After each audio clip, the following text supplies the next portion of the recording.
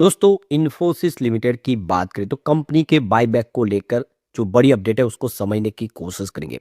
Company ने अपने employees को ईएसओपी स्कीम में बोनस शेयर भी जारी किए।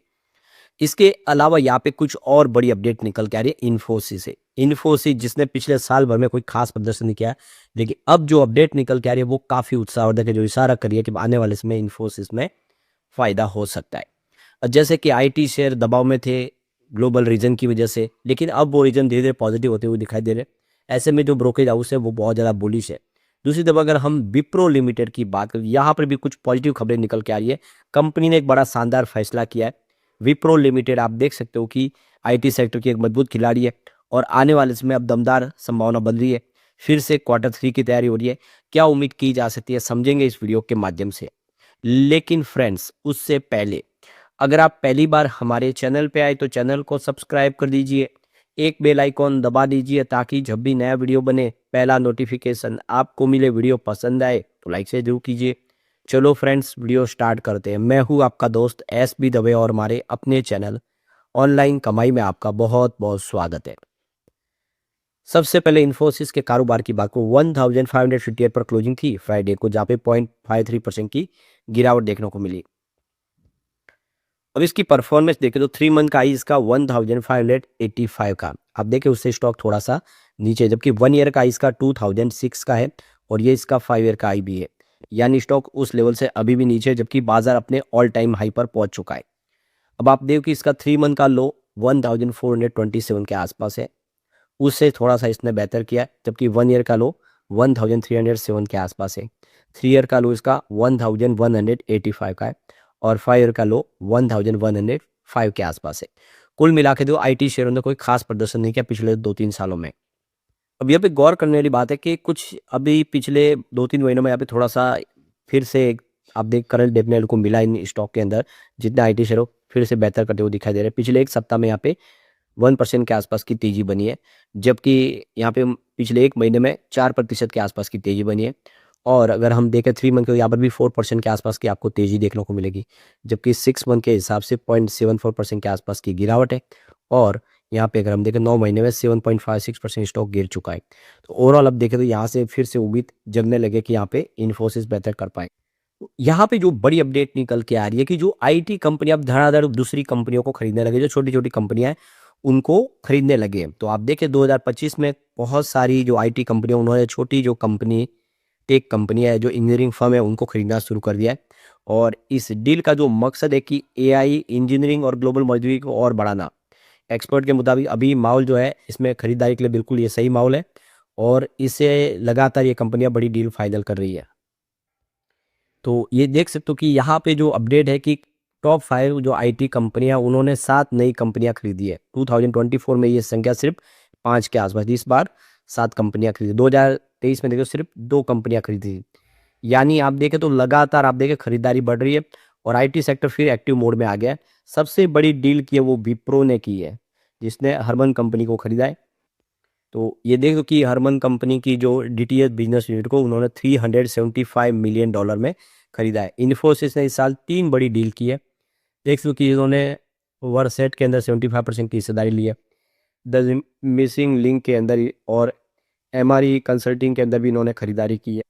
दूसरी तरफ देखें तो टीसीएस ने लिस्ट एंगेज को $72.8 मिलियन में खरीदा। वही एससीएल टेक ने भी देखें कि यहाँ पे नॉनेंस को $15.6 मिलियन में खरीदा। तो आप देखें इस खरीदारी के रेस में विप्रो सबसे आगे निकला, उसने एक बड़ी डील कर दी है।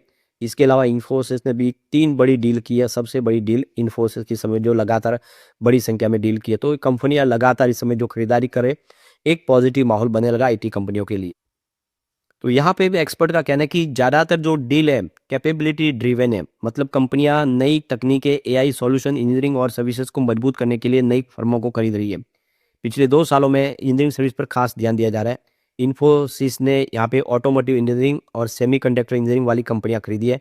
विप्रो ने डीटीएस ली है और एसएल टेक ने एएसपी ग्रुप को 2003 में खरीदा। तो ये अब देख सकते हो कि एक नया दौर शुरू हो चुका है, छोटी छोटी कंपनियों को खरीद के अपने बिजनेस को मजबूत करना। तो ये वजह क्या है? पिछले 2 सालों में देखिए इंजीनियरिंग सर्विस जो है काफ़ी चर्चा में आ चुकी है। इसके पीछे वजह की कंपनी अब सिर्फ सॉफ्टवेयर ही नहीं बल्कि नई टेक्नोलॉजी में भी मजबूत पकड़ बनाने जा रहे हैं। इसी वजह से तो आईटी दिग्गज कंपनियाँ 2 छोटी-छोटी कंपनियों को खरीद रहे हैं, जिससे उनका जो विस्तार और बिज़नेस का। तो ये देखिए कि यहाँ पे जो सीईओ और फाउंडर है हायर ट्रेंड के परिक जैन ने कहा है कि इंजीनियरिंग वो सेक्टर है जहाँ पे सबसे ज़्यादा खरीदारी हुई है क्योंकि कंपनी अपनी क्षमता चाहती है, मार्केट अभी तेज़ी से बढ़ रहा है और कंपनियों को अपनी कैपेबिलिटी बढ़ाने के लिए और खरीदारी करनी है। नई जगह पे वो अपनी मौजूदगी और बढ़ा रहे हैं। तो ये एक अच्छा ही शुरुआत हुई है। आने वाले समय में कंपनियाँ और तेज़ी से अपना अधिग्रहण करें। वो मार्केट एक्सपर्ट कह रहे हैं कि ये जो अभी समय दौर है वो आप समझ सकते हो कि कंपनियों को यहाँ पे जो माइक्रो इकोनॉमिक कंडीशन ऐसी है कि उसकी वजह से आसानी से जो बड़ी जो एसेट है वो खरीद पा रहे हैं। कीमतें अभी स्थिरता की तरफ बढ़ रही है और आप देखें इससे खिलाड़ी थोड़ी आसानी से खरीदारी कर पा रहे हैं। इन खरीदारी की रफ्तार में 2021-20 में इतनी तेज नहीं थी। टॉप 5 आईटी कंपनियां 17 नए अधिग्रहण किए और 16 अभी किए। तो आप समझ सकते हो कि अब यहाँ पे एक दौर शुरू हो चुका है। ये आने वाले समय में कंपनियों को काफ़ी फायदा पहुंचा है। अब एक जो बड़ी गुड न्यूज़ निकल के आ रही है जेफरीज़ की तरफ से इन्होंने जो लार्ज कैप में इन्फोसिस को टॉप पिक में रखा है। उनका कहना है कि फेड रेट कट का जो उम्मीद है वो आने वाले समय में इन्फोसिस को काफ़ी बेनिफिट देगी। जिससे आने वाले समय में इन्फोसिस जिसकी प्राइस में कोई वृद्धि हुई ये आने वाले समय में बेहतर कर सकता है। अभी आप देखिए रिसेंटली ही यहाँ पे इन्फोसिस ने बायबैक रखा था जिसमें 8 गुना ज़्यादा सब्सक्राइब हुआ है बायबैक। तो यहाँ पे करीब 18,000 करोड़ की खरीदारी के सामने आप देखें जो निवेशकों ने 82.6 करोड़ की शेयर सौंपे जबकि कंपनी को 10 करोड़ शेयर की रिक्वायरमेंट थी उसके सामने आप देखें तो 8 गुना से ज़्यादा यहाँ पे बोलियां लगी है। तो ये देख सकते हो कि कंपनी यहाँ पे करीब 1800 रुपये प्रति शेयर की प्राइस से बायबैक करने जा रही है और आप समझ सकते हो कि इसकी जो कुल जो चुकता कीमत 2.41% के आसपास रहेगी। 10 करोड़ शेयर कंपनी बायबैक कर रही है। तो देखें तो मौजूदा प्राइस से लगभग आपको 250 रुपये के आसपास का फायदा होता हुआ दिखाई देगा पर शेयर। तो यहाँ पे कंपनी की तरफ से देखो कि प्रत्येक 11 शेयर के ऊपर 2 इक्विटी शेयर आपसे लिए जाएंगे कंपनी जिनके पास 11 शेयर ऑलरेडी है। तो 706 अगर आपके पास इन्फोसिस के शेयर तो 17 शेयर आपको यहाँ पे बाईबैक किए करने का मौका मिलेगा कंपनी के सामने। तो देख सकते हो कि यहाँ पे एक अच्छी अपॉर्चुनिटी दी है कंपनी ने पैसे कमाने का मौका दिया है। इसके अलावा देखें तो कंपनी ने अपने एलिजिबल एम्प्लॉयज़ को बोनस शेयर भी जारी किए ईएसओपी स्कीम में। तो देख लो कि 1,65,350 4 इक्विटी शेयर जारी किए। यह देखो कि इंसेंटिव कंपनसेशन प्लान है 2015 के तहत और इसके अलावा 57,706 इक्विटी शेयर है वो ईएसओपी स्कीम प्रोग्राम 2019 के तहत जारी किए। तो देख सकते हो कि वो एलिजिबल एम्प्लॉय जिन्होंने अपने गोल को अचीव किया है उनको ये टोटल शेयर अलॉट किए। तो करीब 2,23,060 इक्विटी शेयर जारी किए जिसकी फेस वैल्यू ₹5 की है। ये कंपनी ने शेयर इनको दिए। तो एक अच्छा मौका है लगातार कंपनियां अपने एम्प्लॉयज़ को खुश करने के लिए इसी तरह से बोनस शेयर जारी करती है। अब यहाँ पे देखिए अक्टूबर मंथ में यहाँ पे म्यूचुअल फंड ने भी अच्छी खासी खरीदारी किया। 178 म्यूचुअल फंड इन्फोसिस में खरीदारी किया फ्रेश। वैसे 134 म्यूचुअल फंड ऐसे भी है जिन्होंने यहाँ पे अपनी इक्विटी बेची है लेकिन समझ सकते हो कि खरीदारों का पलड़ा भारी है। ऐसे में उम्मीद है कि आने वाले समय इन्फोसिस बेहतर करेगा। चलते हैं विप्रो लिमिटेड की तरफ 249 पर क्लोजिंग थी जहाँ पे 0.0040% की गिरावट देखने को।